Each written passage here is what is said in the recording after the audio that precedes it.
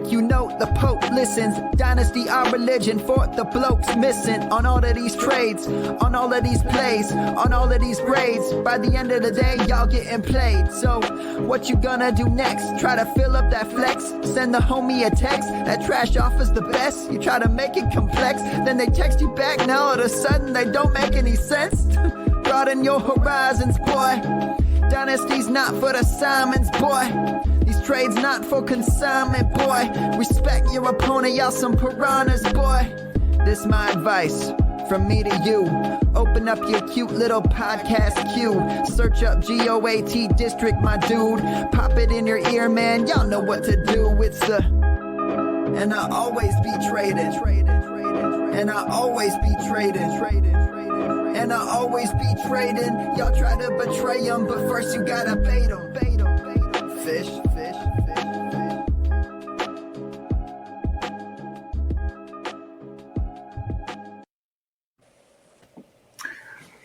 What is up, Fantasyland? We are back in the district for some Week 14 action. We got playoffs coming, guys. Some of us have already stamped an entry into some big money playoffs, which is always fun this time of year. We'll touch on that. And we're going to do something a little different tonight, guys. We've got the four goats, the foursome. We got no caddy tonight. It's just us, a couple carts, some brews. Andrew's got his Starbucks there, supporting the main chains. And we're here to give you guys some vitamin C, man. We want you guys to squeeze us to help you guys. We got the chats. As you guys know, drop the questions, any trade questions, lineup questions, any questions you have to help your fantasy teams, drop them in the chat for us. But Dan, we have a big one tonight. Little mock draft action, talking startup. Yes, definitely. Looking forward to this. We're gonna do a 2-round startup mock draft. So it'll be only existing players. We're not going to include rookies or anything like that. So it's just players already in the NFL, which I think is probably going to be a little bit more the easiest. And we're gonna get through 2 rounds. We've got 4 of us, so each of us will be making 6 picks in total. And we have yet to figure out the draft order, but I do have a semi-randomized order, which is, I think, we could just start with Andrew and go around counterclockwise and, just do it like in the reverse order of our appearance. And then when we get to after pick 12, then we reverse the order. Does that make sense? Yeah, I'm good with whatever. I'm fine with that. Dan, I sent in our DM, in our show DM, the link to that spreadsheet I was telling you. See if you're able to manage that, just because it's wonky, man. Everything's super slow. So if we're depending on me to show this thing throughout, it's going to take forever for me to change the players. But I'm pretty sure, shout out to Matty Big Chest, who put this spreadsheet together for us. Hopefully we can get it up on the screen just so you guys can follow the draft visually.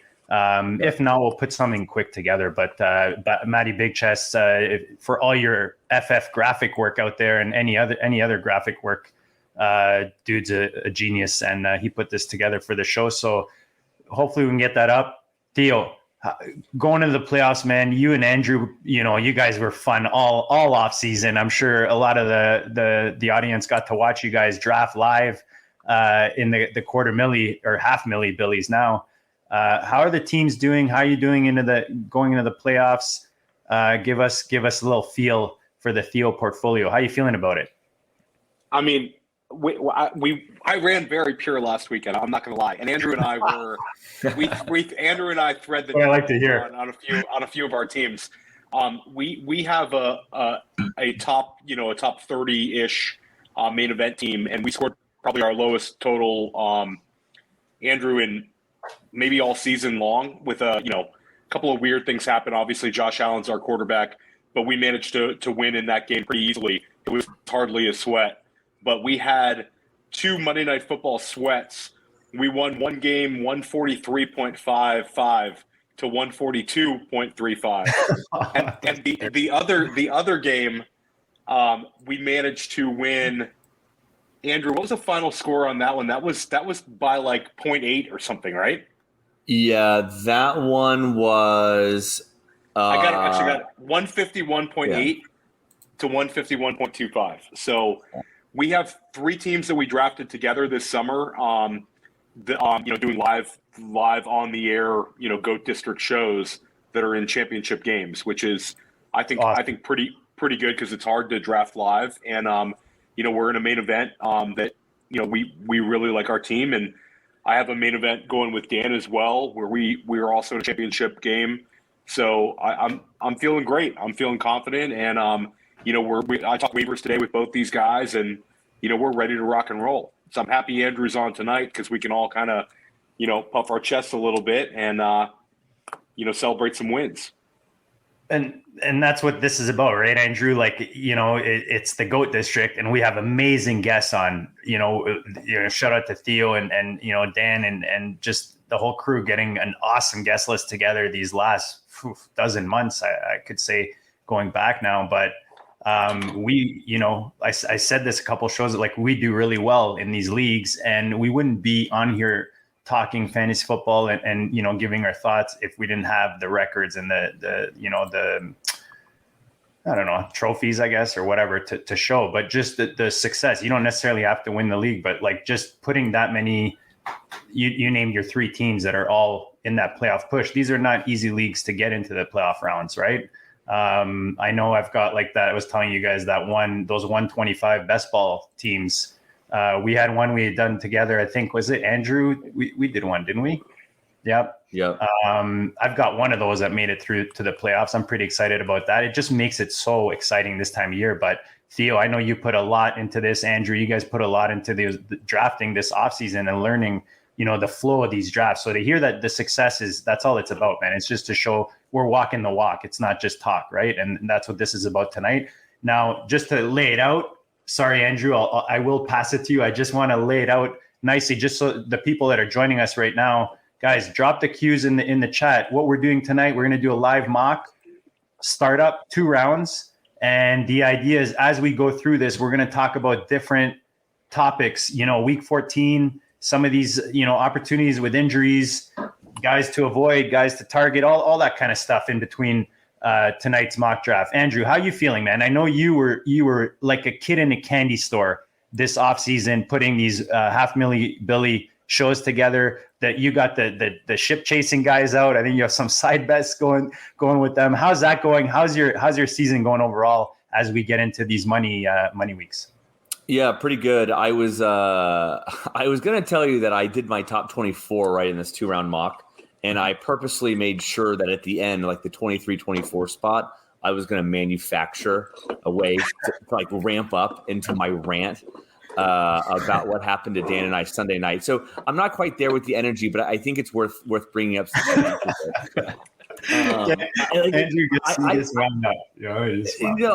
I'll start with, I was in the KFFC against them, and neither of us were in on best record or most points, and so it was like a win, and you're in the big dance. Smaller dance in the FFPC main event, but a big dance nonetheless.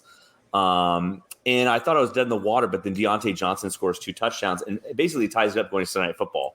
So I put out a tweet, and it's not like, if I had my pick in the moment, I obviously would take Javonte over Judy, but that's what it was. It was basically we were Javonte versus Judy heads up, right? For this. And of course I put a tweet out. Of course, Javonte's where everyone wants to go here.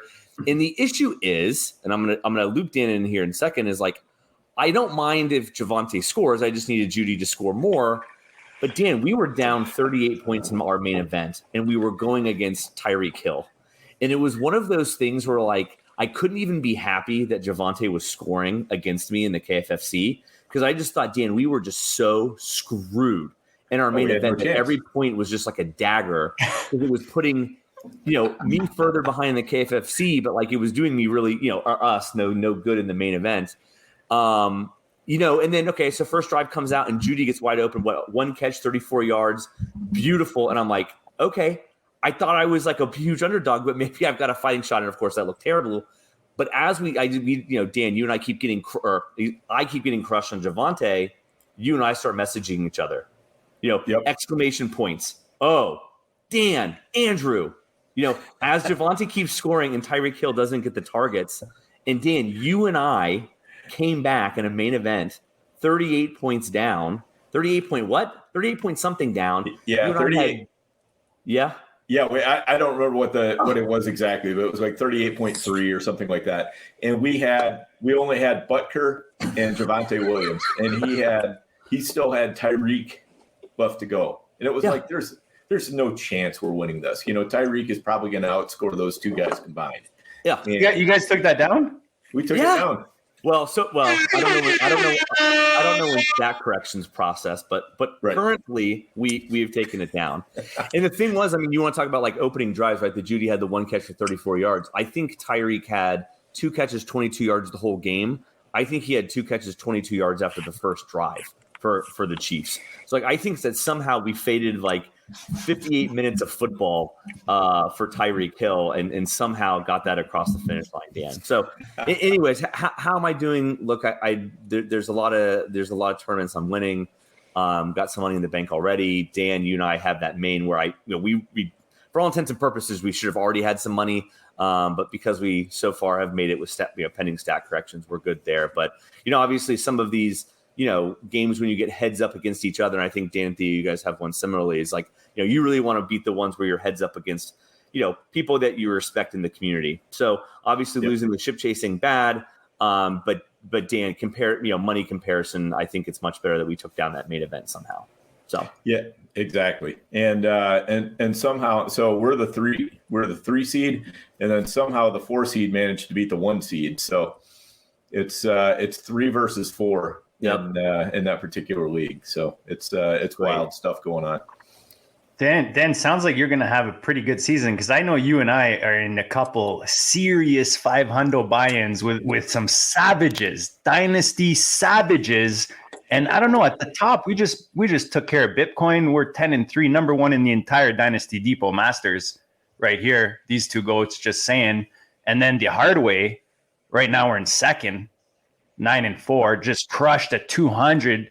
And then the money league, Dan and I going into, we had Stephon Diggs and Allen in a super flex take the week off, and we still busted 234 points. In that league, I made a nice little trade for Pollard before the weekend. Dan and I gotta say, we've been like surgeons with these rosters this whole season. He's been working the waiver wire like a brain surgeon, and I've been working the trade action. We've been working the trade action, and it's we're putting together a really nice season, man, in these important leagues, and I'm excited for it. Yeah, I am too. It's gonna be a good year. So. Excited for that. And sure. And this is the weekend for FFPC Dynasty leagues where a lot of money is gonna change hands. I was going through today. I have a number of teams that are like in the second or third spot where you're right there on the money. So this is a whole nother level of tilting this weekend. It's like every game is just big time money tilt, and coveted buys as well. So. It's great in these dynasty leagues. Yep. Yeah, I've literally top 3. Dan, I'm top 3 in all my dynasty FFPC leagues. This is by far my best. And it's funny, I was telling my wife, it's my best year work wise, like just for my work personal wise, and my best year fantasy so far. Look, I might just flop and die tomorrow, right? All injuries and all that kind of stuff. But to this point, time's been a little limited. So I think it's about being more efficient, with the time that's put towards this hobby that we love. Because let's face it, man, real life gets in the way in real hard ways. I know, Dan, you dealt with, some health things and all that kind of stuff. And you're in Minnesota, and it's like there's a riot there for 3 months or whatever. So a lot of stuff distracts. So you got to be efficient with the time. And it's nice to see these results, boys. Yep, for sure. Absolutely. All right, man. We should get into this. Let's get into it, man. Do you have a nice little spread? Dan's like the spreadsheet, the Excel sheet. Yeah, I gave up on the Maddie one because I was like, I didn't quite understand how to put it together. Yeah. So we're just going to use plain old, Excel. I like it. I'm going to have to flip back and forth between that and my sheet that's got my top 25 on it. So nice. We can copy off Dan. Perfect. Yeah, exactly. Nice. Dan, you did all my prep for me. Thank you. Yep. So we're doing one QB Dynasty startup. Did we decide with the tight end premium or? Yeah, let's do a tight end premium. What the heck? Sure. Why not? Yeah. So I'm good with that. All right. So we're going to go basically in the reverse order of what you're seeing on your screen right now. So Andrew first, Theo second, me third, JD fourth. All right. So I'm going to go. Yep. We're going to go. So, we'll go around and talk about each one as they go up. I did do 7 minutes of prep. So that was a huge positive here. But I started with, and I think it's relevant, as I started with all of the wide receivers in the rank order that I would want them, and then realized that I didn't fill up to 24. And it was at that point that I went back and I looked at all the running backs that I liked and then started slipping them in between the wide receiver tiers. This sounds exactly like an Andrew draft. Yeah. So that was, I think that's relevant for how I did this. Having said that, though, I think I'm not going anything crazy for the number one overall pick here. I am going Jamar Chase, 21 years old, because I'm noticing that I'm going to have to come up with their age for your spreadsheet. Oh, yeah. You don't have to. I mean. Okay. All right. I'm going to have to do is quick math on years and months. But 21 here, and I think that he's had a great season. Dan, to relate it back to our main event, he did somehow have like a 17-point swing on us. By dropping a surefire touchdown and then turned it into an interception for Joe Burrow. So that was absurd. But look, he's a rookie. He's a monster, and I think that his ascension is only going to continue. So with 1-on-1, I'm taking Jamar Chase. Awesome, love it. All right. I'm not mad at that. Any issues there? Would anybody have gone differently? I would have, but okay, that's all right. We'll get to who I am. So Dan, what is he like top for, as receiver, dynasty receiver? Is he top 2, top 3? Oh yeah, he's right up there. So I think I personally have I have Chase in the 3 hole in my top 24. So nice. He's very good. Any of these top guys you're going to be happy with. Yeah, I had Chase as my number 2 overall. So I would have taken it if Andrew didn't. For me it's Jonathan Taylor. I think Jonathan Taylor is going to be the number 1 pick in most dynasty startups this summer. I can understand Andrew going with the wide receiver, but I do think Jonathan Taylor, what he's done this season, he's got 18 touchdowns, his home run ability, and the chance that the Colts offense could be even better. I think that they're by no means one of the league's most dominant offenses, and what he's doing is just incredible. So I'll go Jonathan Taylor. He's 22 years old, and he's got a lot of great football left in front of him. I think he's the league winner this year, and why get away from it? In a dynasty startup. And if you listen to the show, Dan, he would have been your 101 last year. That's right. Just saying. All right, and I had him also as my 101 for this year. What about you, JD? Did you have him as your 101? Yeah, coming in this season, and again for going into next season, he's been my 101. And pause on that point, because you guys were nailing it. And I don't want to get just too bogged down here, but man, there was a point where we really, he think he was going like 103, 104. And look, I know this is like redraft versus dynasty. And I think because of his week 14 bye, I think there was like what was the other factors? Maybe it was like injury. There was week 14 bye. Naheem Hines became Eckler all of a sudden. Thank you. Yeah. And there was a small Marlon Mack contingent. Marlon Mack. This summer, he was in the second round, guys. Second round at some drafts. The weirdest argument ever was Marlon Mack. He should have stayed at the 103, 104. Maybe even 101. But then like we're all saying, he fell to the second round. So look, stay tuned to the GOAT District and hold strong to your convictions from what you hear here. Exactly. John, all that stuff was like, like watching a magician or something out in Vegas. There's a lot of distraction going on to just keep you from understanding that, yes, JT should have been your focus all along. You should have just kept your eyes on JT, and the trick would have instantly seemed obvious to you. Yeah. So, all right. So I'm up. I'm gonna keep in with the Jays here. You guys are fucking making this like Giving me the hardest pick of the freaking thing. And we're going with Justin Jefferson, wide receiver, Minnesota. I mean, honestly, I had Taylor, Jefferson, Chase for my top three. So we just not in exactly the same order, but Justin Jefferson, I think, has shown everything, that we want to see from Chase. He's already doing, and I don't really have too much doubt that Chase will get there too. But Jefferson has already demonstrated that he has that elite ceiling. So I'm just, I can't put Chase in front of him, but he's not far behind. Can't argue with that. I mean, I think, yeah, I can argue with that. You guys pretty much hit my top guys there. I'm just going to continue the tier. Do you guys have anything to add on JJ? No, he's a stud, absolute stud. I mean, he's right there. You can make an argument for Justin Jefferson as number one overall. That's how good he's been. Yep, agreed. All right. Yeah, this is kind of a tough spot. I can go a lot of different ways, but I think I continue the trend here with these young receivers. I think it's important. I mean, JT's the running back. Obviously, I want over anyone else, but I think getting one of these young stud receivers that give you that longevity, the no-brainer start every week. You guys started with, three of them. I'm going to go CeeDee Lamb as the next one in that tier. Maybe it hasn't worked out exactly the way people expected coming into this season with that offense or with what he's done. But the talent cannot be denied.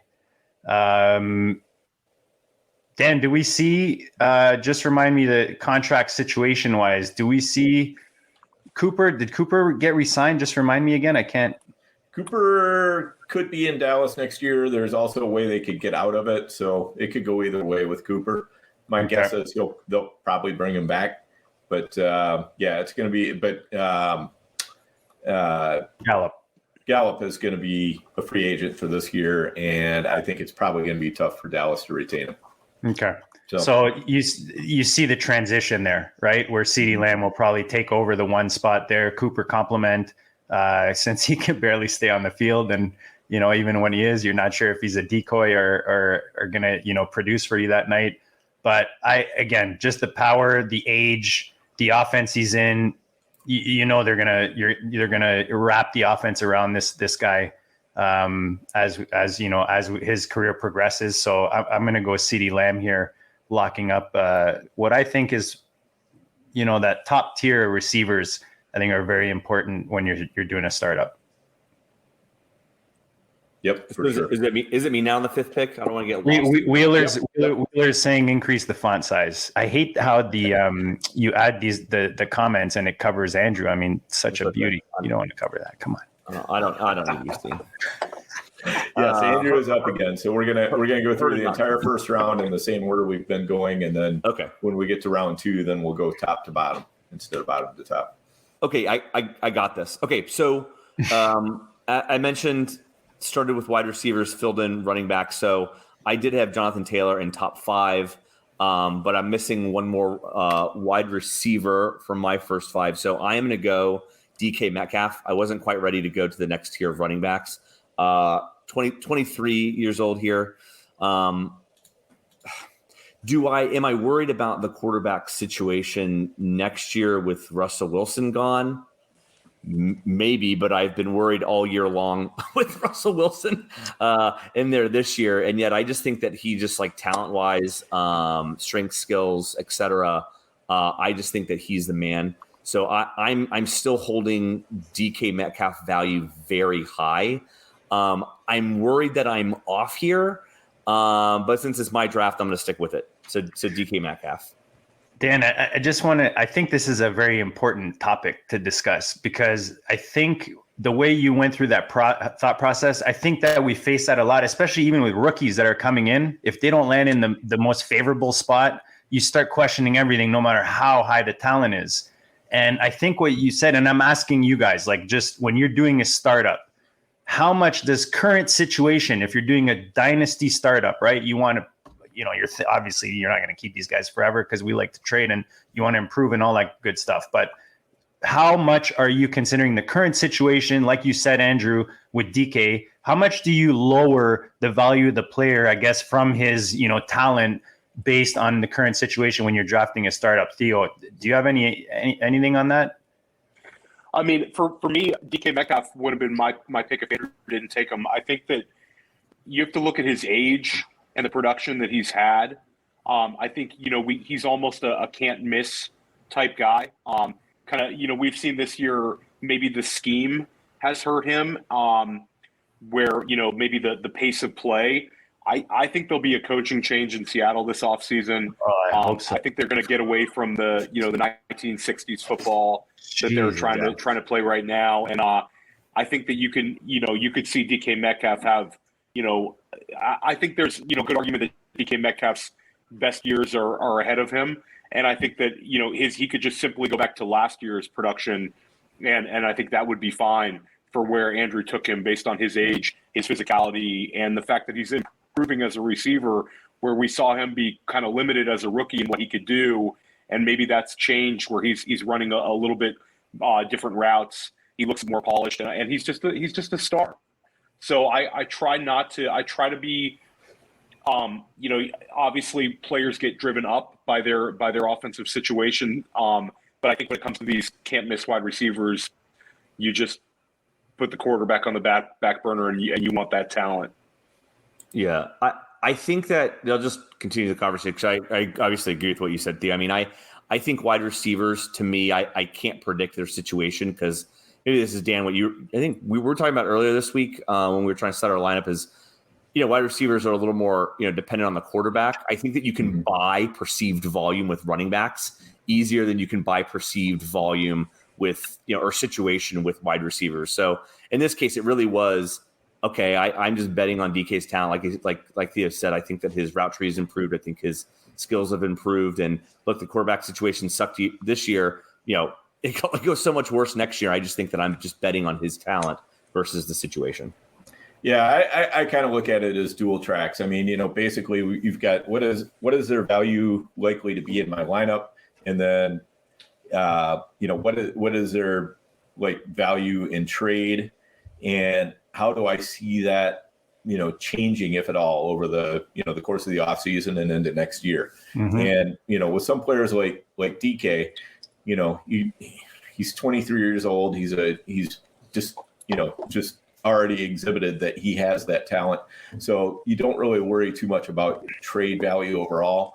You don't really worry too much about, can he produce? We know he can produce. He might be somewhat quarterback proof. Maybe not quite scheme proof. I mean, obviously, if you don't throw him the ball, he's not going to catch it.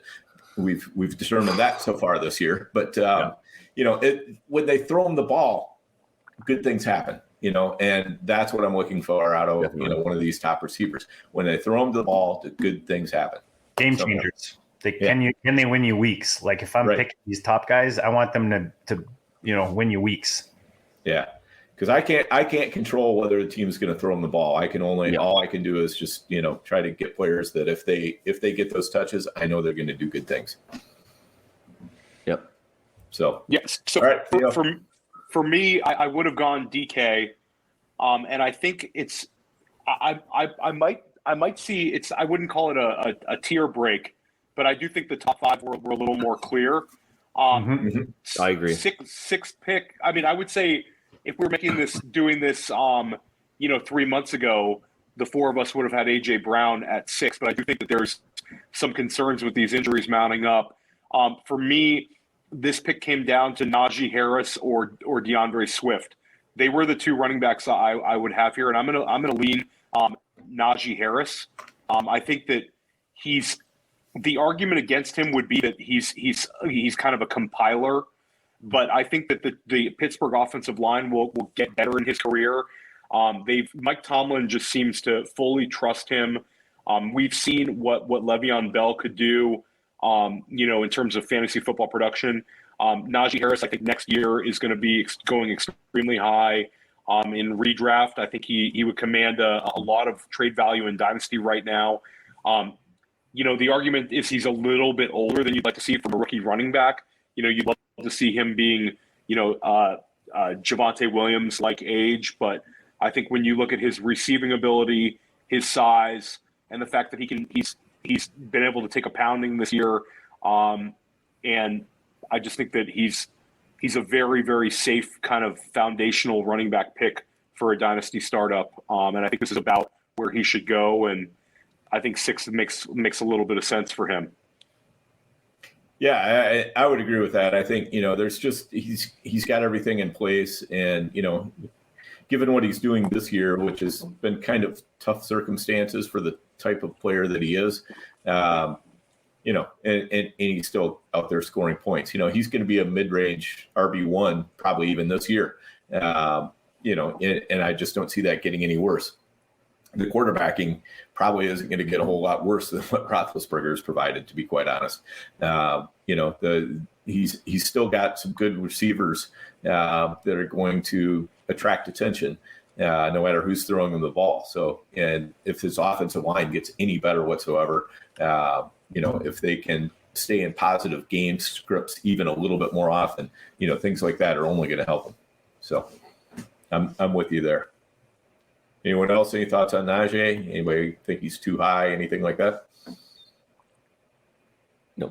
He was the next running back. That's it. Mm-hmm. All right. So I have 2 guys rated very, very close here, and this is who I had ranked at number 6, and then at number 7, I have another player that hasn't been picked yet, but I think that player that I have ranked at number 7 is still going to be there for me at 11. So I'm just going to stick with my board and go DeAndre Swift, which was Theo's other player that he was considering. And again, I think it just kind of comes down to we're seeing the same sorts of things with DeAndre Swift that we're seeing with Naji Harris. Probably Swift is not as good of a runner, but probably a better receiver. And, he's still incredibly young. He's on a team that should, there's obviously nowhere for Detroit to go but up. So that can only help him out as well. So I just love everything we're seeing about the situation with Swift. I think he's going to be a star for years. Agreed. Yeah, absolutely. He's a slam dunk. I mean, he was such a productive receiver, and I think again we like guys with their best days potentially ahead of him, and I think his floor based on his receiving ability is going to be there as well. So, he'll have a number of RB1 years coming down. Yep, for sure. Oh man, GD, we're making you think. Yeah, you guys are really putting me in tough spots. Just because the guys you guys grabbed, they're pretty much I don't want to say chalk, but I mean they're no-brainer picks where you guys take them, and then I kind of get in this spot where there's a few options we can go. I'm not ready to bring in a tight end yet, even though we're saying this is tight end premium. I think I'm still looking at a young running back, just to continue the trend. We know who you're taking, JD. Your favorite running back in the world. Fuck it. Let's go Gibson. I'm going Gibby. I mean, again, maybe not the season we expected, but dude's been legit. The offense been legit. Heineke's been a bit of a surprise, Dan. We've talked about that in the chats. We're lucky to have him for free in the league. I'm pretty sure we got him super free, like round 59,000 in a startup draft.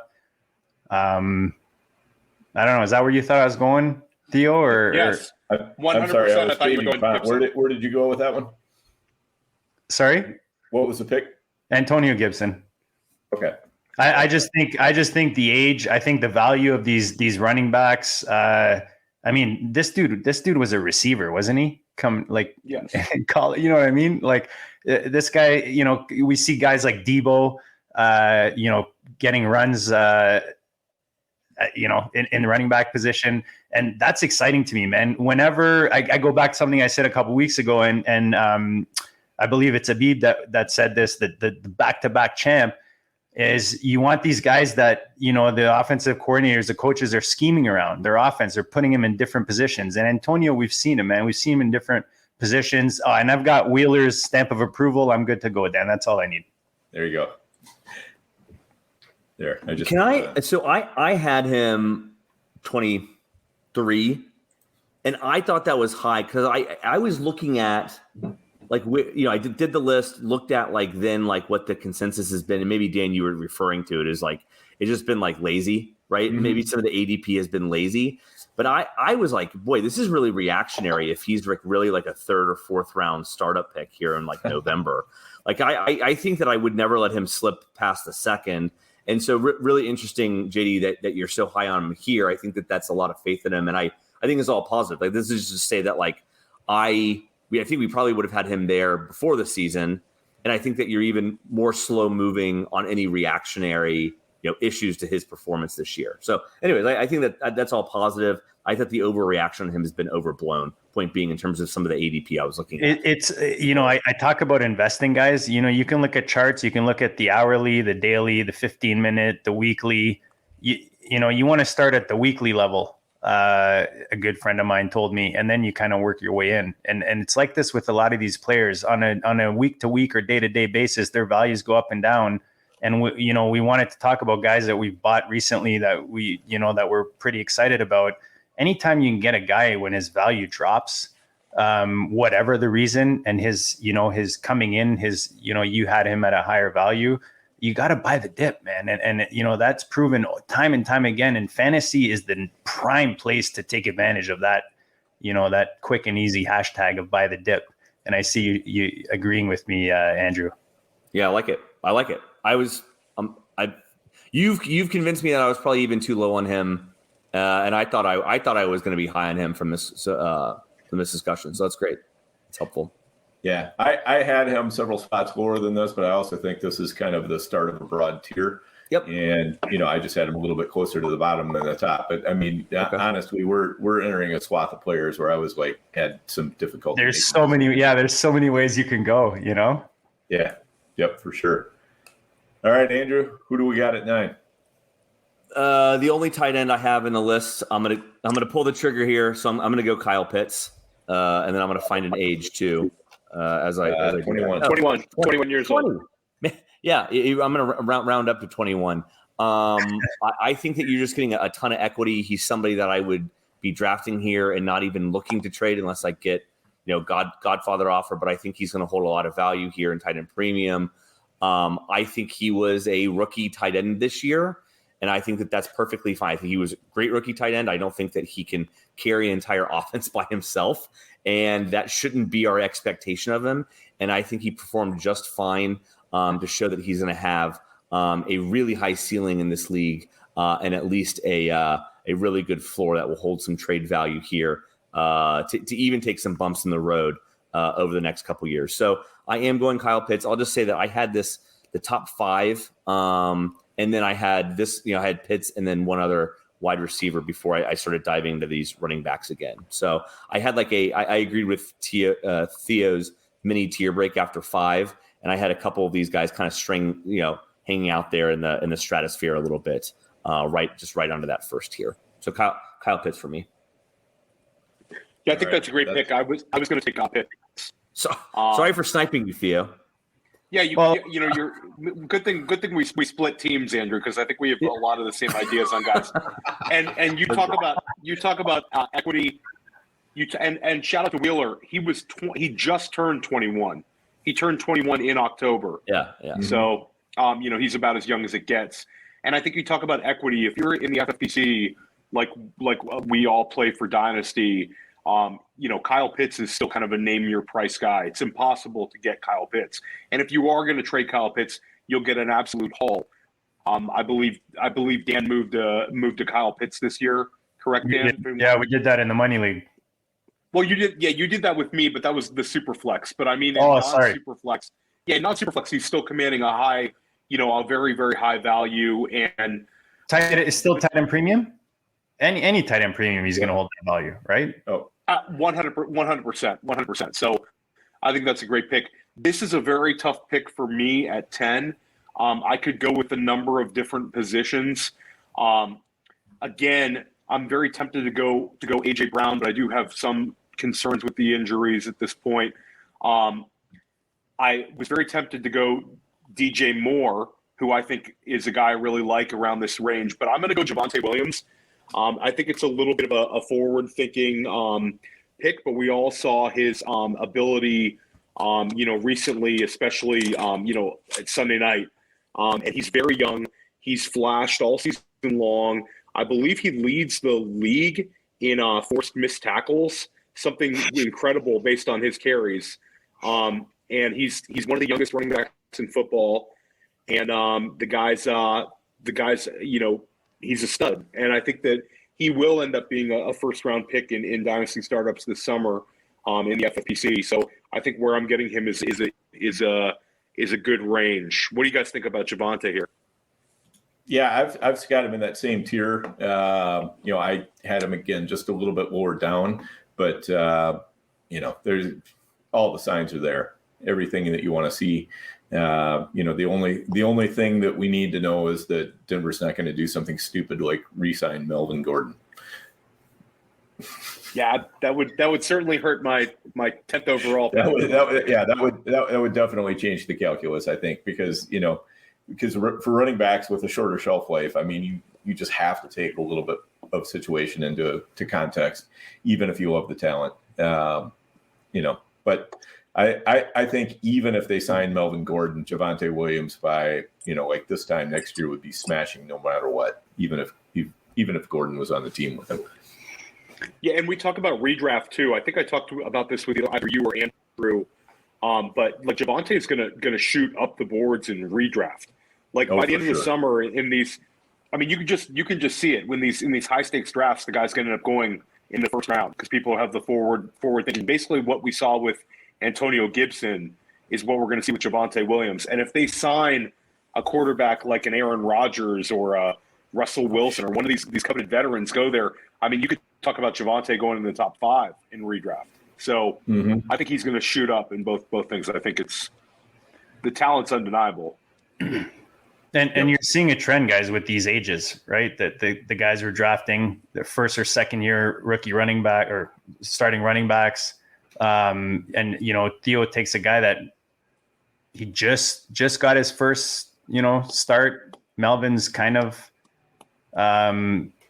injury or kind of opened the door for him. But when you pick up youth at this point, it's easier to move a guy that's young and has the upside and the potential that everyone sees than move the older pieces that some drafters might be thinking of taking in these spots of a startup.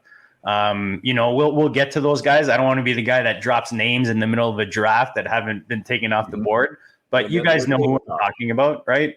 Right.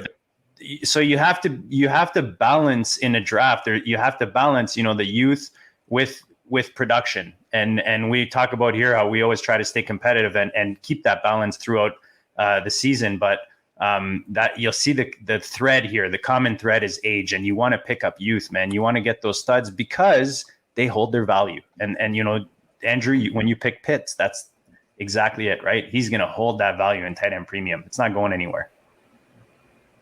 Yep. Pitt coins a store of value.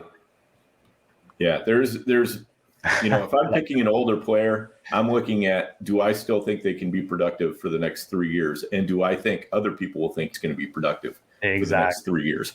That second part's important. Yeah.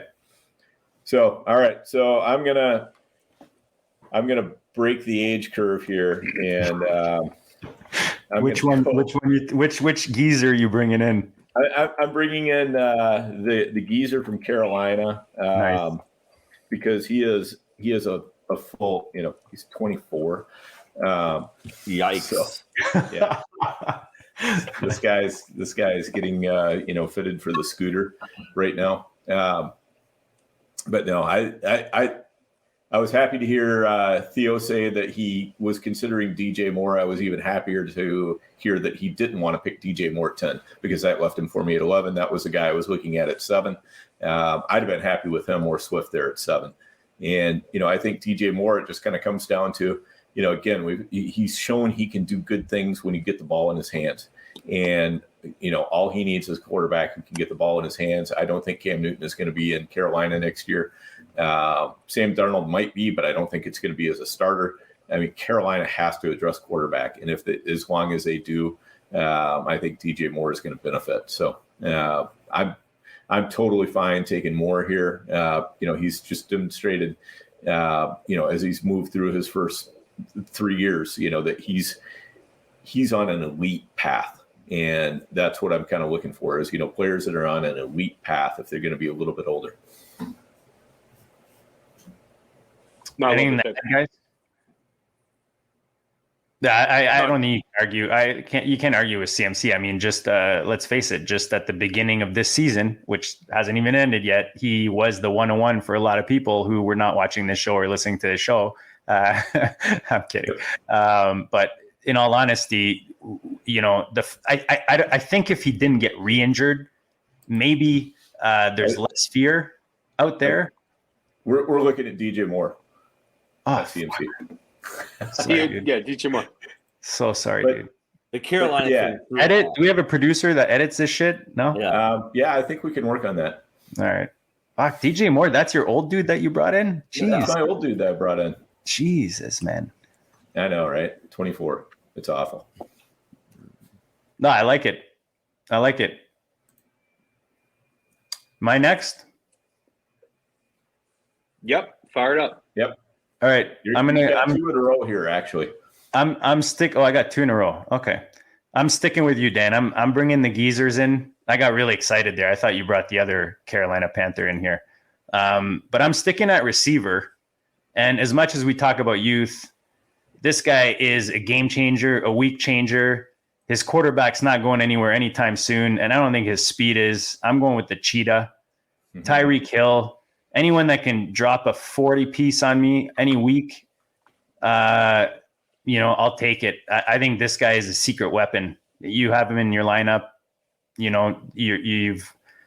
have an edge, let's say, at that position every week. And like I said, he's 27 and a half-ish, I guess you could say. But I think that you talked about that 3-year window, Dan. I don't know that in the next 3 years he gets to 29, 30. His value probably on the end of that, but I figure that the way I would play that is I would draft him now, and if my team can compete now, I would use him as the weapon he is. I don't think he loses his value yet. So if your team, bombs and you're in Reno-mode early, I think he's still a nice piece that you can easily move for value. Yep, I totally agree. I've got Hill right up in this range as well. For exactly those reasons. He's just he's a weak wrecker. I mean, he can go out there and just absolutely destroy your opponent on any given week, and that is a special skill. Weak wrecker, I like that. And we brought up do players get elevated based on their offensive situation? And Tyreek obviously is attached to Pat Mahomes. Mahomes loves him. So you could see him kind of aging gracefully. Maybe he starts seeing even more lower ADOT looks as he gets a little older. But I think he's such a big part of that offense. And I think that he's still got a window to be a league winner, next year at 27, 28 years old. Yep. I don't like this turn either, Dan. Are we seriously? You're giving me a turn here? Yeah.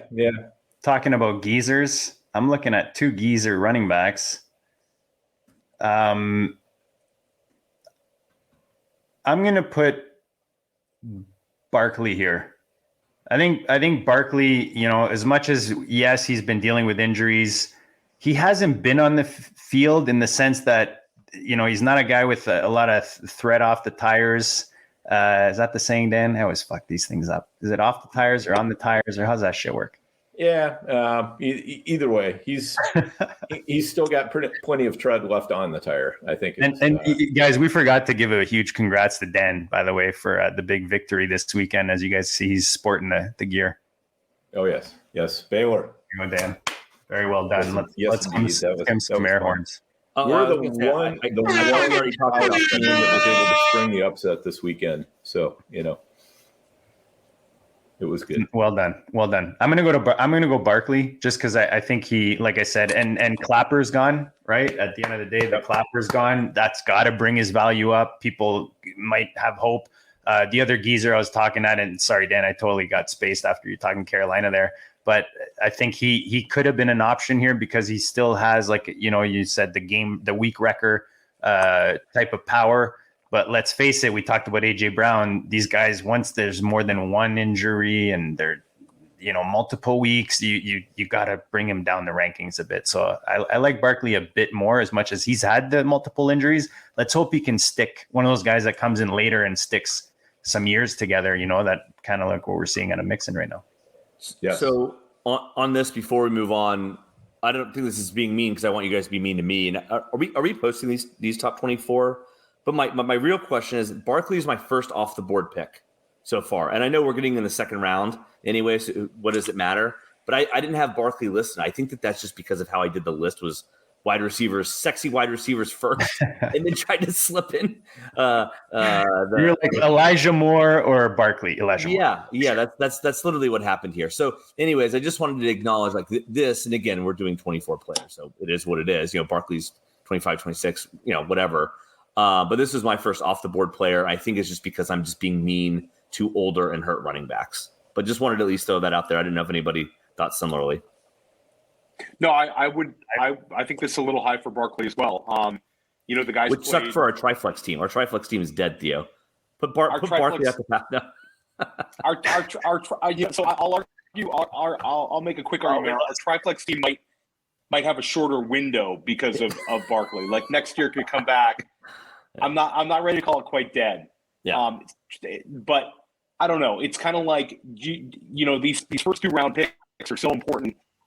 And we've seen Barkley play 10 games the last 2 years. So, excuse me, that was CMC. We've seen Barkley play, miss games for now 3 years of his career. And I think the last injury was a little fluke. I'd like to see him end the year right, but maybe this is good value for JD. I would have probably gone a couple of different directions before Saquon, though, personally.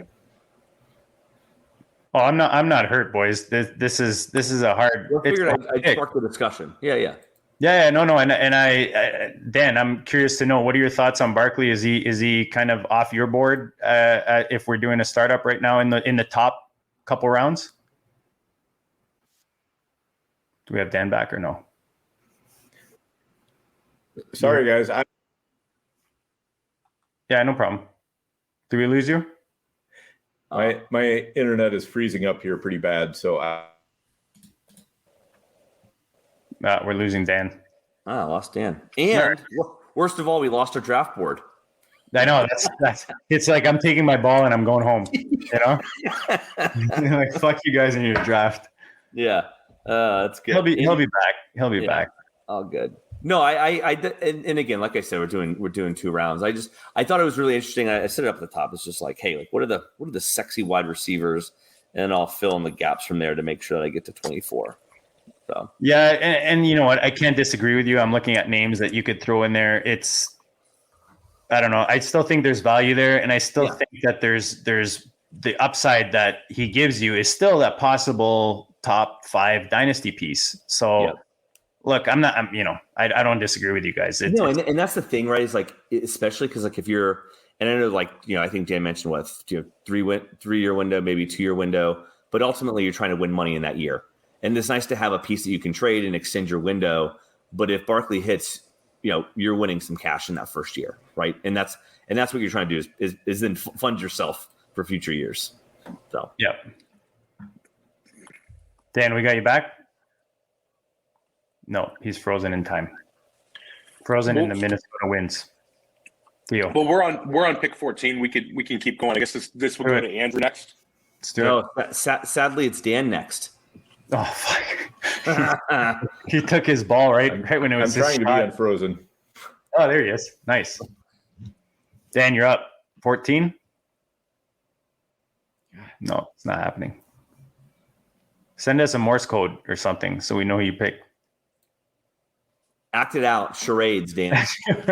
This is the point where if you're listening to the podcast, I suggest you go to the Goat District YouTube page, subscribe, click the bell, get the notifications so you can see all of the charades that Dan's performing. Here, guys, let's answer. We got a question in the chat. Albert Chen. Side note: rest of season, Goff worth a bench stash in 2 QB leagues for playoffs. Shout out to Albert Chen, is my boy. I'll take the question. Yes, I think that if you're in a 2 QB league, depending on your roster size, I think that Goff can be rostered. I think that he finally has 2 wide receivers that they're kind of sticking with Josh Reynolds and Amon-Ra St. Brown. And I think that he found Hawkinson for a touchdown last weekend. So I think that in terms of 2 QB leagues, I think that he's back on he's probably not an every week QB2, but I think he's a high end QB3, and that might have use to you, as these injuries mount up, and super flex, you have to take what you can get sometimes. But I've certainly liked the way they targeted Amon-Ra last week with 12 targets, and Reynolds has been a big help to him as well. All right, I think I might be back here. Nice. You're back. We have our board back. We're like, Dan just took his ball and went home. I know, right? This is awesome. Guys, let's take this minute right here. ViridianGlobal.com. Go check it out for any GOAT gear, any fantasy football gear. Right now, it's Christmas time. Good time to get some gifts. And myffpc.com for the best site to play high stakes or even low stakes, man. They start at $5, best balls, all the way up to 10 grand. So myffpc.com. Dan, I had to throw in the plug. Take it, brother. All right. Sounds good. Yes, I'm glad you did. So I'm while I've actually got internet here, I'm going to get my pick in. We're going to go Chris Godwin, wide receiver, currently of Tampa, though he is a free agent coming up this next year. 25 years old, so he's kind of an old guy, but we'll hang with that. But I mean, just what the skills he's shown. Again, you throw him the ball, good things happen. He looked great with Jameis. He looks great with Tom Brady. I suspect he's going to make any quarterback look pretty good. I like it. No, I like it. He's a safe pick. The guy's a stud. Yeah, it's hard to disagree. It's the opposite of a Barkley pick, right? He's got Brady as his quarterback for at least 2 to 200 years. He's, and you said he's a free agent, but I mean, he could go back. Yeah. So he goes back or he doesn't. He's obviously going to go somewhere where he's, the offense is going to be kind of wrapped around him. So I don't think you can't go wrong with Godwin there. You guys surprised by that pick there ahead of other guys that you guys may have had, or Andrew's like, no, kind of, maybe so? I have 2 guys ahead. I'm still interested in the one that's not picked, especially because Dan was up. But I really like Godwin there. I think he's like this. This is absolutely. I mean, I had him 15th, so I think this is the spot he should be. I'm just surprised there's some other players, personally. There was a player I was very, very tempted to take, and I think we all don't have to really work too hard to guess who that might be, but I won't say the name yet. Yeah, no table talk. I like it. All right, Theo. I think Theo's up. So, I'll go for it. I'll take AJ Brown right here. Bounce back.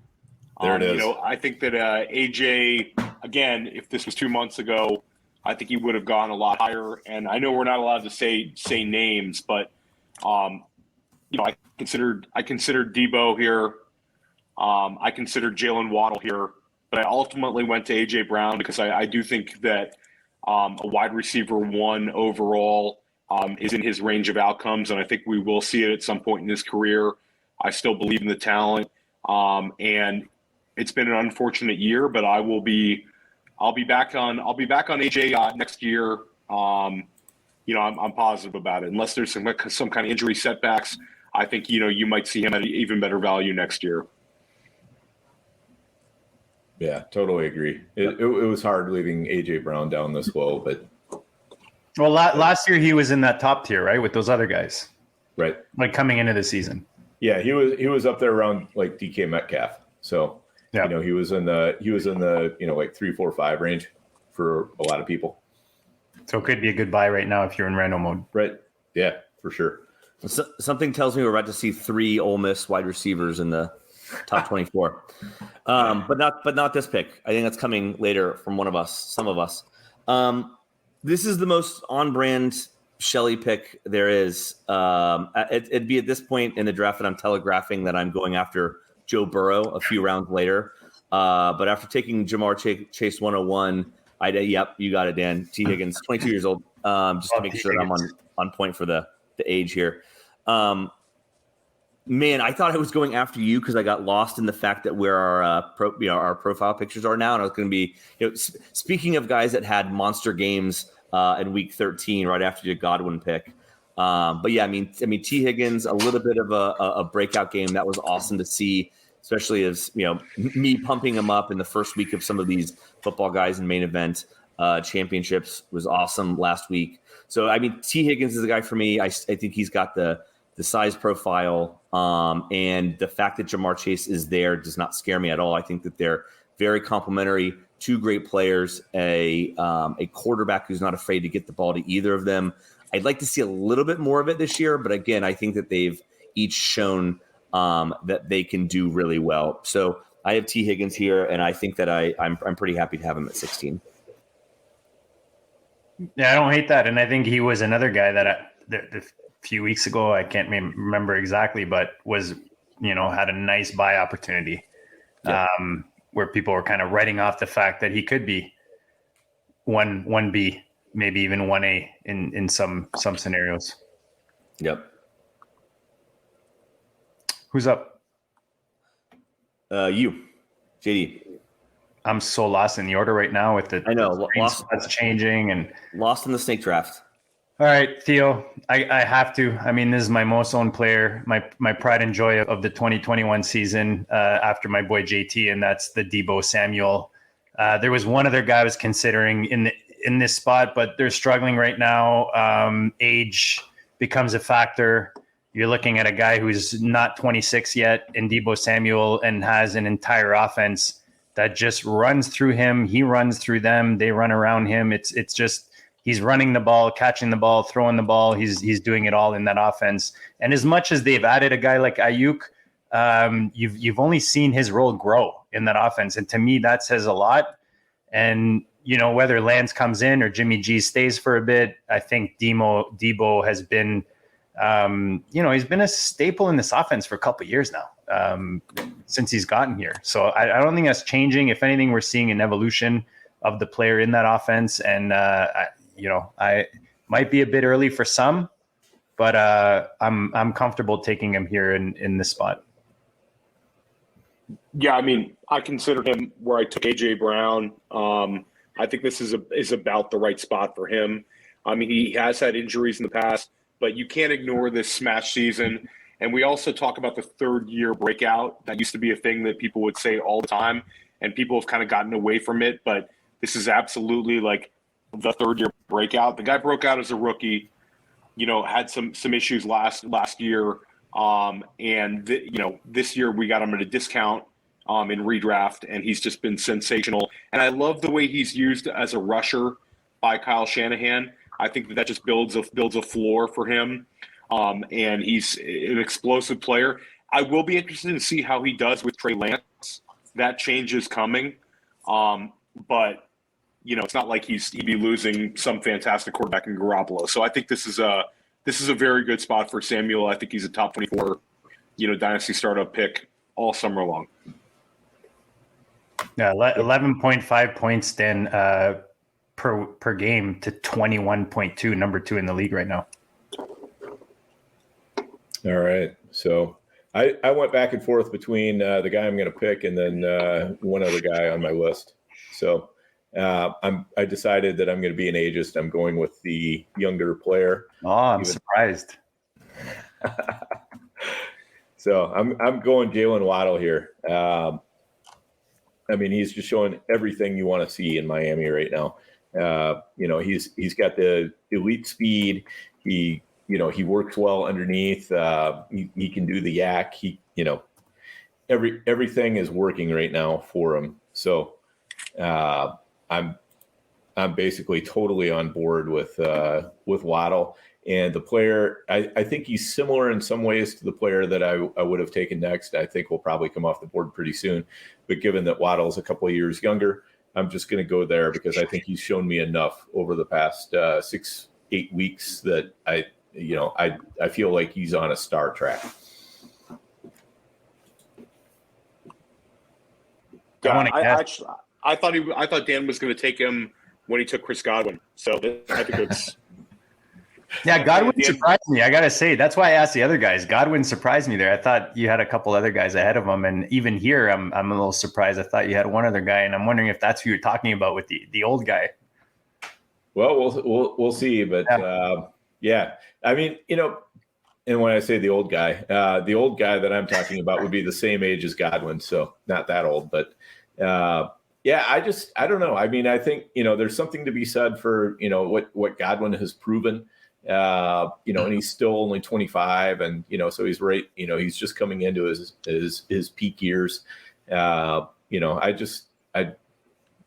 just one of those players that makes you feel real safe. You feel like you get Godwin and you're not, it's a super safe pick. You're probably not going to bust the top out, but you're certainly going to have a great floor underneath him.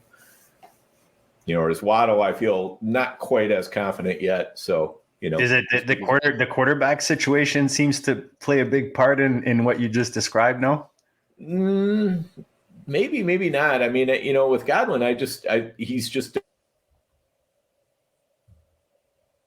aliens are back. Yeah, I think Dan froze up. They got Dan. He's gone. No. Who's after Dan? Theo. Oh, it's back to me. Yes. Just got mixed up in the order. I think Waddle was a great pick right there. For me at this point, it's a little bit flat. I'm gonna go actually with Joe Mixon, who I think is a little bit of a curveball here. And I looked at a number of wide receivers and a number of running backs, but I just like the fact that Mixon is 25. And we talk about the offense. I think next year the Cincinnati offense could just be red hot. Burrow's shown signs of stepping forward. The team made a financial commitment to Joe Mixon this past offseason. So I think that he's got a really nice 2-year window, maybe 3-year window where he could be, an outstanding running back one. So this was probably a little high for Mixon. Based on, I'm guessing where you guys would have had him. And again, I could have gone with a number of running backs or wide receivers, but I felt like this was a good spot for Joe Mixon.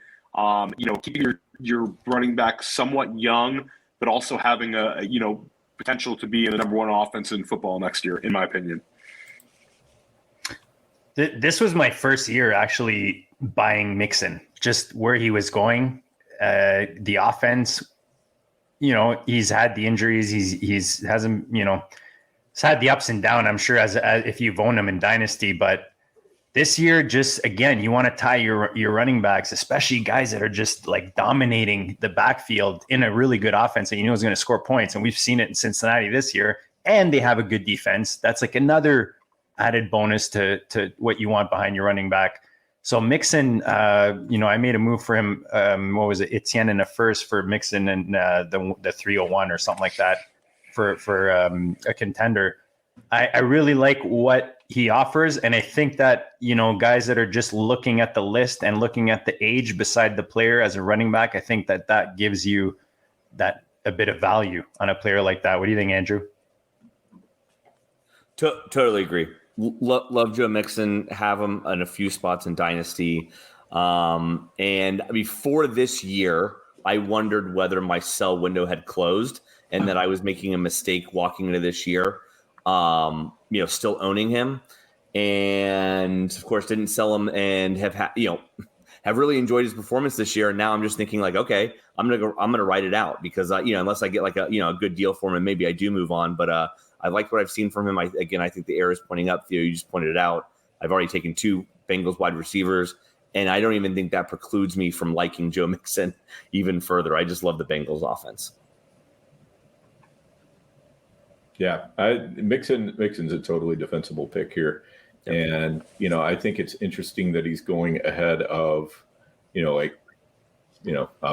name names, Dalvin Cook, Christian McCaffrey, guys like that. Yep. But I think there are definitely reasons why. I mean, mileage-wise, I think he's just in much better shape than some of those other guys. And he's been staying healthy other than that 1 year, last year where he, they just basically said, yeah, the season's a wreck. So they didn't really try that hard to bring him back, I don't think.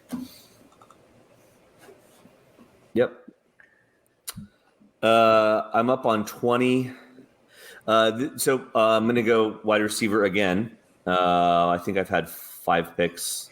5 will be wide receivers. Stephon Diggs. I know he's a little bit older. I think 27. I was trying to do math, and then I think I missed the page. I was like, yeah. So he's 27. Maybe he's 28 now. Man, all I want to say is that back shoulder catch last night was just like a ballet in motion. Love seeing it. He's a stud. I think he's tied to Josh Allen at least for maybe 2 years. But you can fact check me if you want. Blow me up if I'm wrong there. But love being in that offense. Love being with Josh Allen, and I think he's talented, and I like him for the next 2 years. And I think he's going to help win you a championship if you build correctly here in that window. So I don't mind. I think he's the oldest player, or one of the. I think maybe either him or Tyreek here today. But I don't mind getting Diggs in this spot, late second round of the startup. All right, that makes sense. JD? Yeah, that's pretty much where I was going. Am I next now? Yep. All right, I'm going to do it.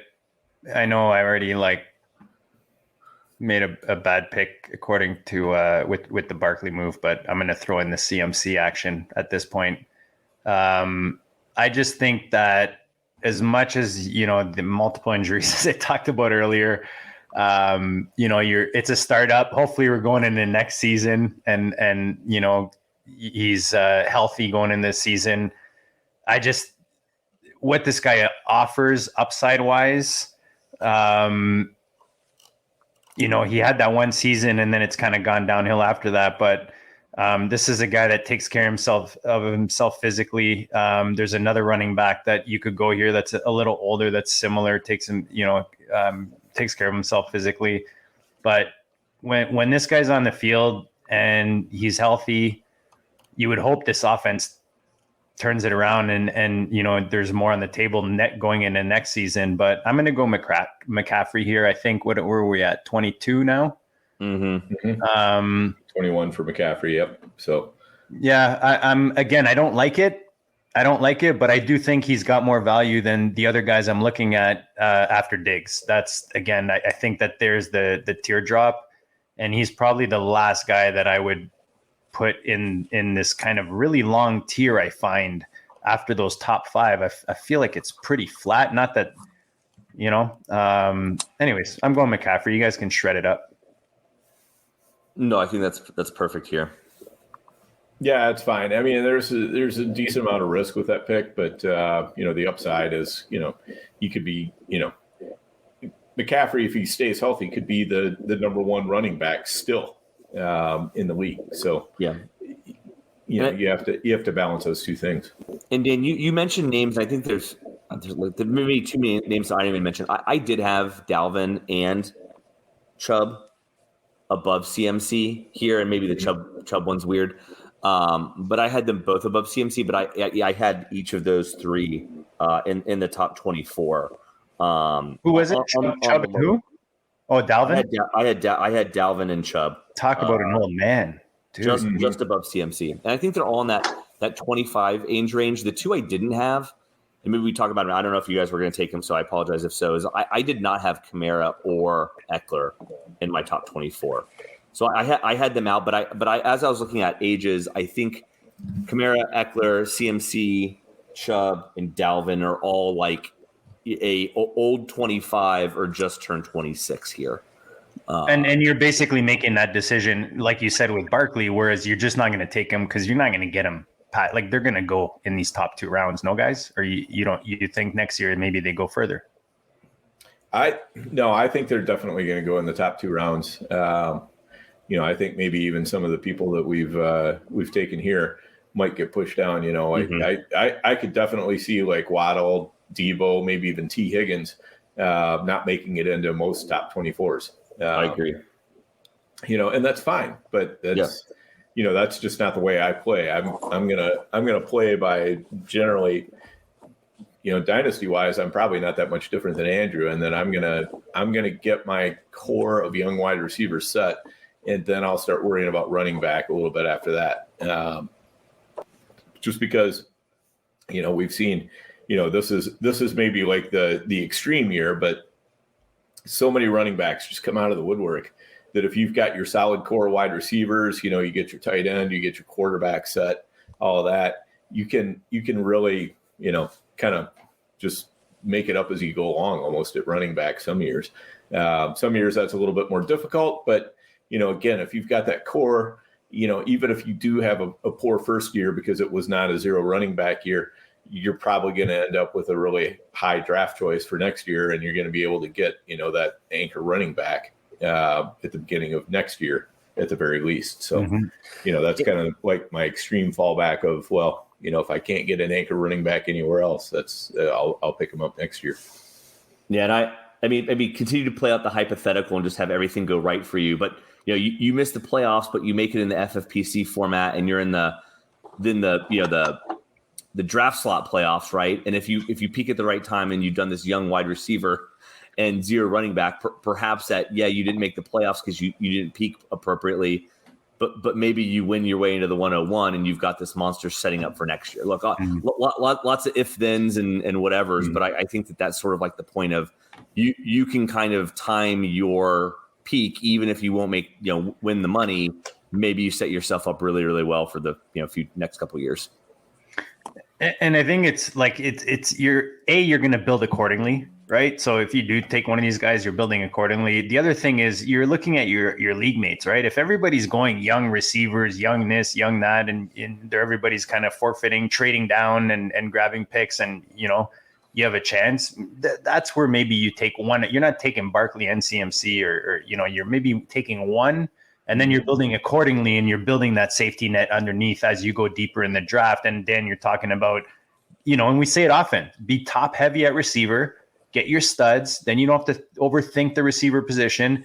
And then you have a depth of running backs. And we see it this year, the James Conner, the Elijah Mitchells, we can go on and on about the guys that have stepped up to kind of fulfill that kind of roster build. Yep, for sure.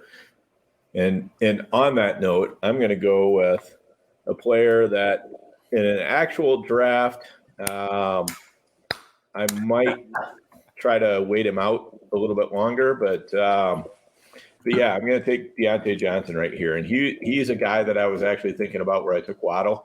But I mean, he's just so productive for Pittsburgh. And, even with Roethlisberger being just like a shell of his former self, Johnson really is starting to look like, another Antonio Brown, just a guy who can who absolutely vacuums up catches. He's good at yak. He's got the whole package. He's basically a Chris Godwin, a Jalen Waddle, Deontay Johnson. You're talking a DJ Moore. Clearly I have a type because I keep picking these guys, but they're just the kind of guys that can put out a 25-point week very, very easily, and they can do it in a variety of ways. They can do it scoring touchdowns. They can just rack up the yak, or they can get the catches, or some combination of the three. And when you have guys who can do that, that's, to me, that's super valuable. Because it just builds in that really nice floor. Because you've been having to flash your spreadsheet on and off the screen, Dan, I saw where you had him, and I was so jealous of this, and I was just waiting for you to pick him. I had him at number 10. Yeah. I had you took him at 20. You had him at 10. Took him at 22. I had him on 20 on my list. So I just wanted to say that for frame of reference in terms of, you said wait him out, and I agree. And I thought I was going to be early, and I'm just so jealous that you were putting such a bold stake in the ground with Deontay Johnson. So I think that's also another good call there. No, I love the pick. I mean, the guy's a stud. He had 2 touchdowns this past weekend, and people keep kind of doubting his talent, but he keeps proving it on the field every single Sunday. And he's just a fantastic player. He catches, and all the last year was all the drop passes. He certainly has that's completely out the window now. The guy's a great player, and he's only 25 years old. Yeah, there's a certain point where you have to throw draft position out the window, and Deontay is past that point. I don't care if he was drafted in the 3rd round or whatever it was. I think it was 3rd round. Diggs was drafted in the 5th round. Godwin was drafted in the 3rd round. You can you can be a 3rd round wide receiver, and you can still be an absolute stud. So and Pittsburgh always seems to draft wide receivers really well. Yep, let them do the scouting for you. Yep, exactly. Theo, you're up. Okay, so this one, it's coming towards the end of the round here. I could have gone with one of those highly productive running backs that are like 26 and up. I think it's a fine range to take them in. I could have gone with Cooper Kupp, who's had the greatest year we've seen, one of the best years for Rams wide receiver ever. But he's just a little old for me to take in this range at 29 years. He'll be 29. I'm going with Elijah Moore, who's been, everything we talked about this summer, we've seen with Elijah Moore. Yeah, and the last few games he's had an over 30% target share. I think there's a chance next year he could lead the league in target share. I think that he's just that talented a player, and I think that he's going to become such a focal point of that offense. And I think that, despite, the questions we have about Zach Wilson, I think he could just be the Jets offense. And I also like the fact that they use him as a rusher. I think that, stylistically, he kind of compares to Deebo Samuel in that regard, where you can do different things with him around the line of scrimmage.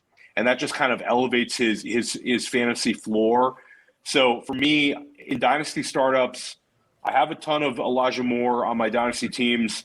And in dynasty startups, he's a guy that I'm going to have circled, and I'd love to end up with on as many teams as possible. Yeah, love the pick here. And, basically, here's my one concern with Elijah Moore. His quarterback terrifies me.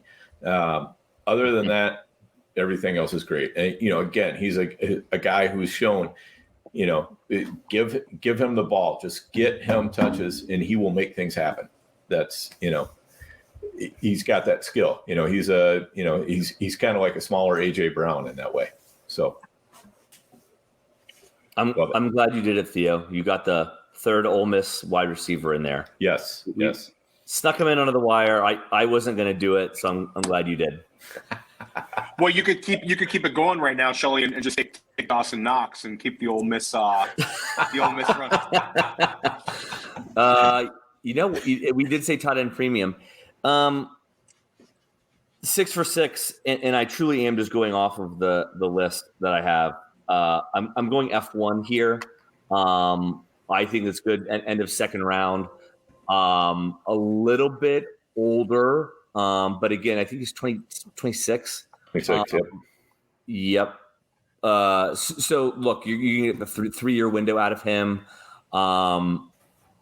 I think he's been pretty consistent this year, even though Heineke is not my preferred quarterback throwing him the ball. I just think he's a guy who gets open. And again, I want to talk about like the highlights is just like run across my eyeballs as I think about these players. What was it, that week 1, week 2 catch where he made the over the head catch along the sideline? Like the highlight plays are what stick out for me. It's like the Diggs, as I mentioned, and Terry McLaurin, just an absolute like stud, always open. It's just a matter of getting him the ball. But sort of the consistent theme with all the players I've talked about, they have the talent, they can get open. not much you can do about the, them not being thrown the ball. So I'm betting on talent in almost all of my picks here, and I think Terry McLaurin is young enough and absolutely an elite talent. So for me, he's just kind of a funny one in dynasty startups, because if you start getting down to, like, if I'm taking Terry McLaurin here, and you mentioned that, in fact, he's 26, he's just a little bit older and he hasn't had that smash season. It's kind of like, do you want to take the 26-year-old Terry McLaurin, or do you just take the 28, 29-year-old 29-year-old Devontae Adams or Cup? 29-year-old Devontae Adams. Like, your window is not that much different. Like, I love the talent for McLaurin as well, but I just think that age is a little weird. And like you said, it's not like his quarterback situation is great. Like, I don't know. He's an interesting one. Right. I had them right next to each other, more or less, and just ended up going the McLaurin route. Only on years, and I don't know what's going on with Rodgers, and I love Adams, but you want to talk about, like, people I hate seeing throw the ball. I hate seeing Jordan Love throw the ball. So I think Heineke's. I don't know. I mean, who knows about situation? I agree. Push comes to shove, Adams has shown that he can have the absolute monster season. I just think it can still come from Terry McLaurin, and I think there may be a window for him to continue to pop, where I do think that there is at least a, I don't know, like straight arrow, slightly down arrow on the perceived value of Devontae Adams. I'm just wondering if the perceived youth with McLaurin difference can potentially get more value if there is any value to be gained there. Yeah, I think that this is if people listening into this and watching this, I think one thing that's a great takeaway for you is, we're in a lot of these competitive dynasty leagues. Like Andrew said, if you want to go get Cooper Kupp or Devontae Adams for your championship run this season, you gotta reach. I think it's not going to be as I mean, I paid 2 firsts last summer for Devontae Adams. I don't think it's, and it was a FFPC 500. The person I traded with is a very experienced player who we've all competed against, and I think I gave up the 5th pick and like the 8th pick to get Devontae Adams. I think that this summer it's worth just dangling it out there. Some people are going to be just scared of the age. If you want to go get Devontae Adams, you can go get him for probably a single high first-round pick. You're in Dynasty, what you're going for is different. Some people are going for it this year. I'm gonna push my chips in. Go for it, because in our draft, we just kind of shows you we're all kind of thinking about these younger players. Eckler, Kamara, Kupp, Adams, Kittle, Kelsey all didn't crack our top 24. So there's value to be had on. Are we done? Are we done the top 24? Top 24 is done. Oh, I was so excited for my next pick. God. Okay, so who is just off the list for you then? I'm with the 301 in the 2022 pick, the GOAT District FC Select, Mr. George, the fucking monster Kittle. Nice. I'm higher on him than, I don't know. I feel like Dynasty's kind of turned their back on Kittle. He's a blocking tight end and yada, yada, yada. But we talk about narrow target trees. I mean, San Fran, there's Debo, there's Kittle, and there's Ayuk is starting to carve himself a spot there. But for me, Kittle, I just have a comfort in him on my roster in tight end premiums. And I have him on some of my, biggest buy-in leagues for that reason. I just think he offers you the advantage. You're talking about a guy who's got 136, 145 targets the last couple of years. He's been the tight end 1 or 2 the last couple of years. Right now he's the tight end 2. And I don't see that changing. He's 28. Kelsey's going into his 32, 33-ish range. And that's the only guy that I'd consider ahead of Kittle if I'm, looking at what I'd expect in the next year or two. But I think Kittle's right there with him. And, again, with Lance coming in, I mean, I don't know that we expect that much to change in this offense when you're looking at who's going to be attracting these targets. For me, it's still going to be these 3 guys, and there's no reason for me to shy away from Kittle. So tight end preems, I'm more than happy to get him here. Andrew, who was the would if you were picking right here, who would be your guy? I mean, if I'm looking at my list, I had old guys. I had the Adams. Although we have to label the old guy every time we talk about a guy over the age of. Dan even said 25 at one point. 25. Yeah, no. I had Adams next on my list. I had Adams, Chubb, Adams, Dalvin, Chubb, CMC on the list. And so I think I think if I build young wide receivers, any of the injured guys creep in there at all, Andrew? Like Akers, Dobbins, any of that? No? I didn't, but I was thinking peek at Dan's list. I know he's not here because I'd be interested to talk about the Dobbins. So I did not have Dobbins on my list. I think I'm still, if I had to play it forward, which I didn't, I prepared exactly enough that I should have for this. Maybe Dobbins is like early round 4 for me, but I think that I'm going to still slip in some of those second year or rookie wide receivers into that third round before I get to Dobbins. But Theo, if I set aside like the veterans, the one guy that I really still believe in is Jerry Jeudy here for looking at that third year breakout. So I think that somewhere around the third round, he would have been a priority depending on my team build. So like I said, if I went really, really young to begin with, I'm looking at an Adams, CMC, Chubb, Dalvin, Kamara, maybe Eckler at this point too. But then, if I've got a little bit of a veteran mixed in, I'm really looking at Jerry Jeudy here in this next round. Agree with Wheeler, by the way, on the I'll throw that on there. No, I don't think you're wrong. I mean, I think you're higher on Jeudy than most, but I don't think you're wrong to be either on him. Theo? And I'm going to I don't know, Jeudy to me, that would probably be a little bit high. I believe in the talent.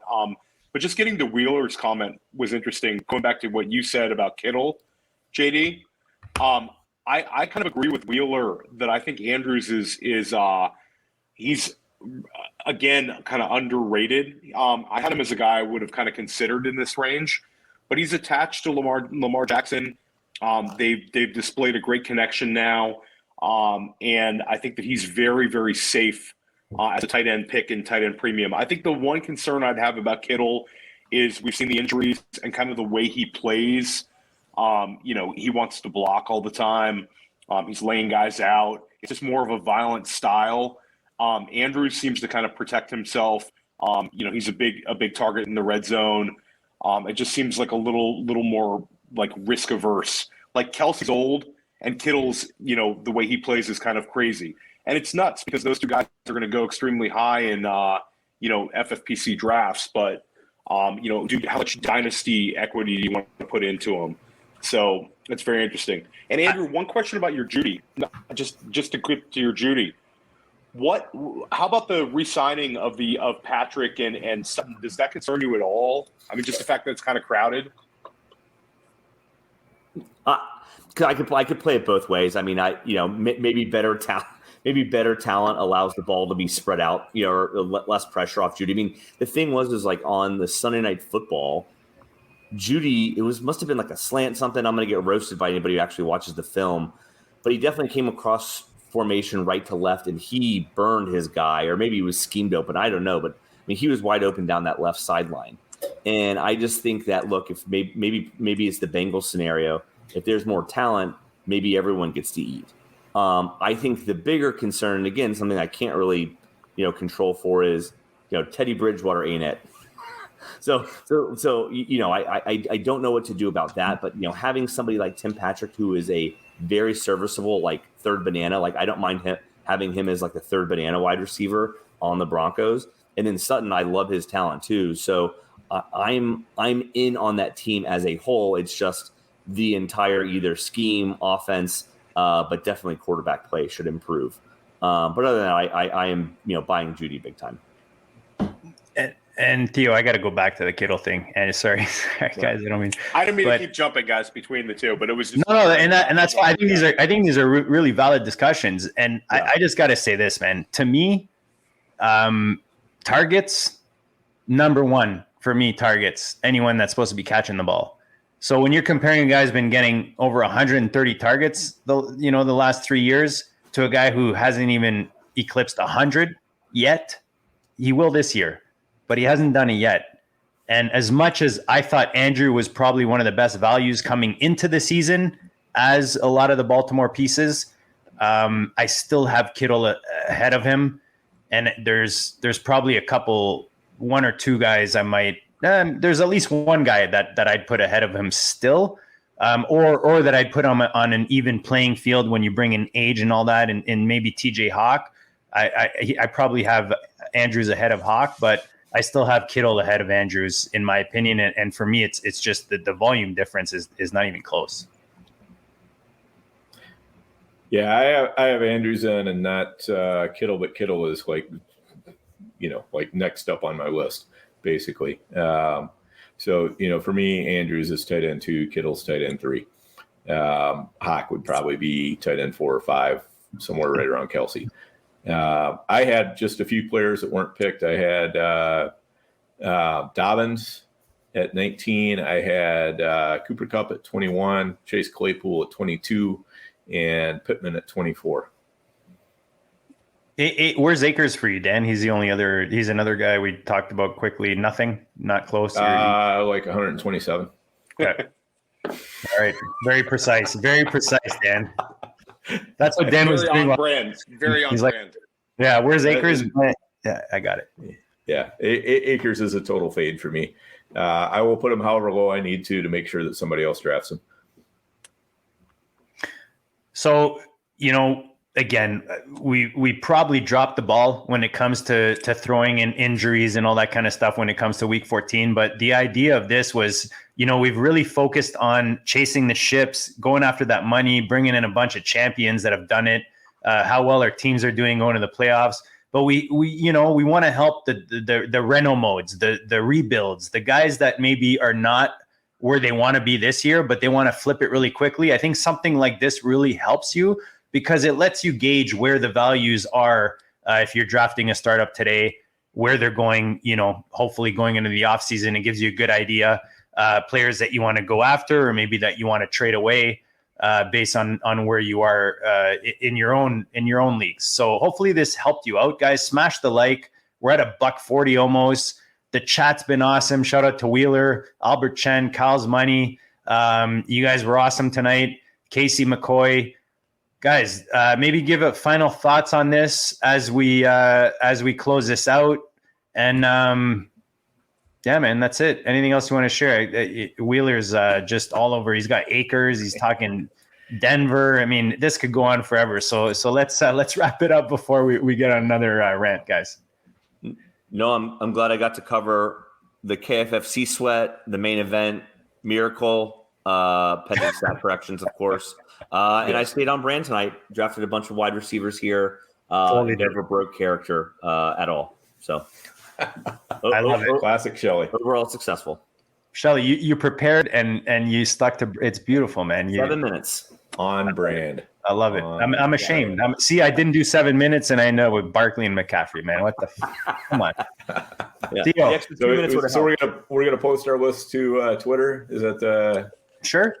Yeah, sure. We might as well. I mean, let's throw them out there. I think it'd be fun. Let's do it.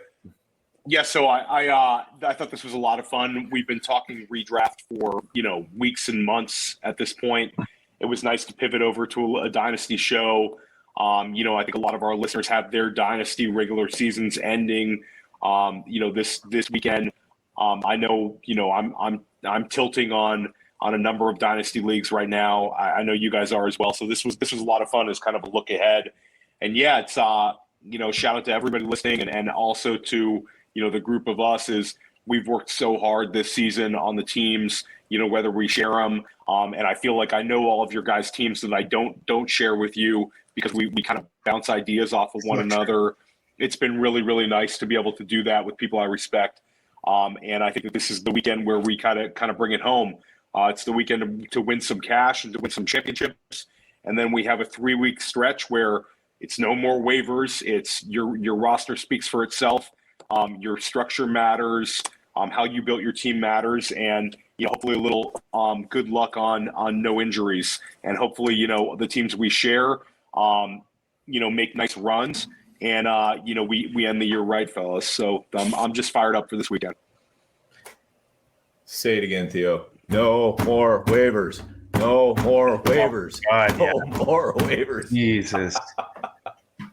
Oh my God. I'm so looking forward to that. But yeah, I mean, you know, and to me, honestly, this exercise that we did just now is fantastic for Dynasty, but also it's great for kind of keeping myself honed in for next year in redraft as well, because, you know, talent matters, and there's going to be a lot of, you know, new, you know, guys who are getting pushed up on news and, you know, speculation, and, you know, the guys getting steamed up the boards, and, you know, guys falling down the boards and so forth like that. I'm almost a little disappointed that Leonard Fournette didn't make our list here of the top 24.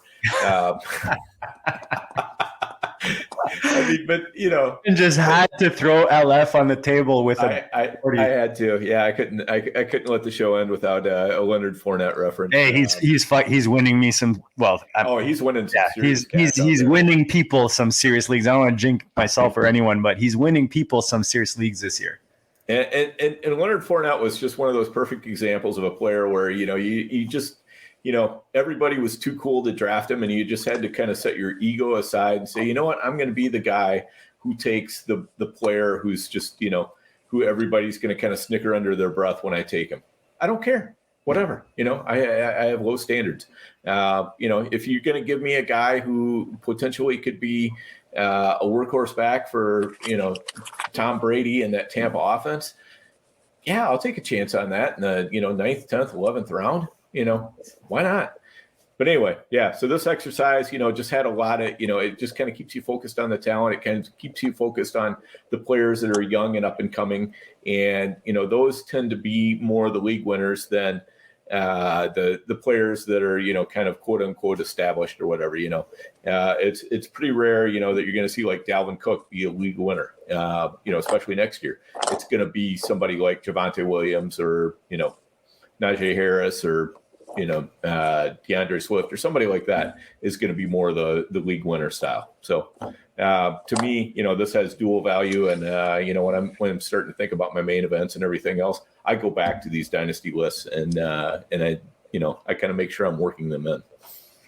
Dan, my 4 reasons for success this year: Deebo Samuel, Elijah Mitchell, Cordero Patterson, and there's a 4th one. Who's the 4th? Fournette? And Fournette. Thank you. No, seriously. Like, think about those names coming into the season, right?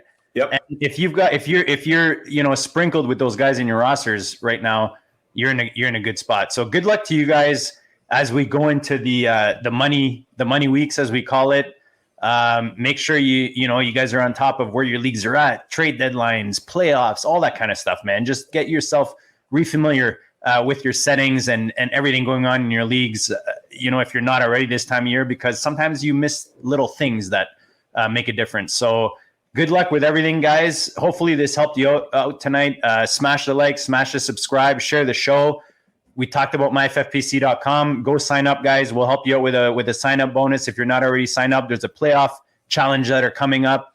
Dynasty renewals are there. So renew your teams, you know, if you can, or wait for that money to come in and do it. But and then Breeding Global, guys. You know, I've got the shirt on here, the hoodie. I've got the Canadian best ball, national best ball. There you go. Dan's got his GOAT District hat on, and he's got that serious flag in the background. But guys, go support the show, support us, support our partners, and good luck this week, guys. We'll check you all later.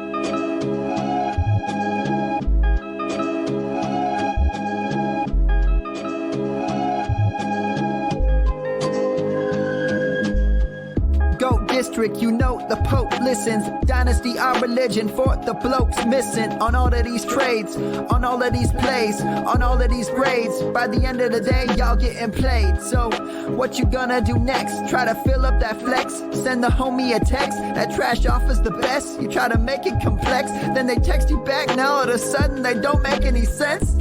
Broaden your horizons, boy.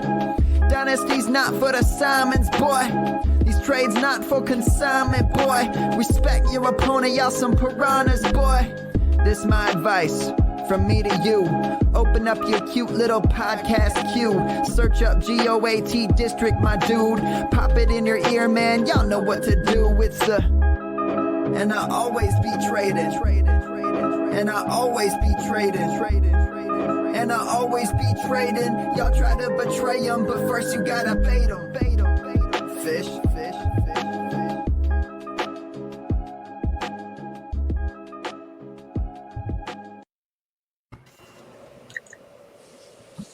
That was fun, boys. Ciao, guys.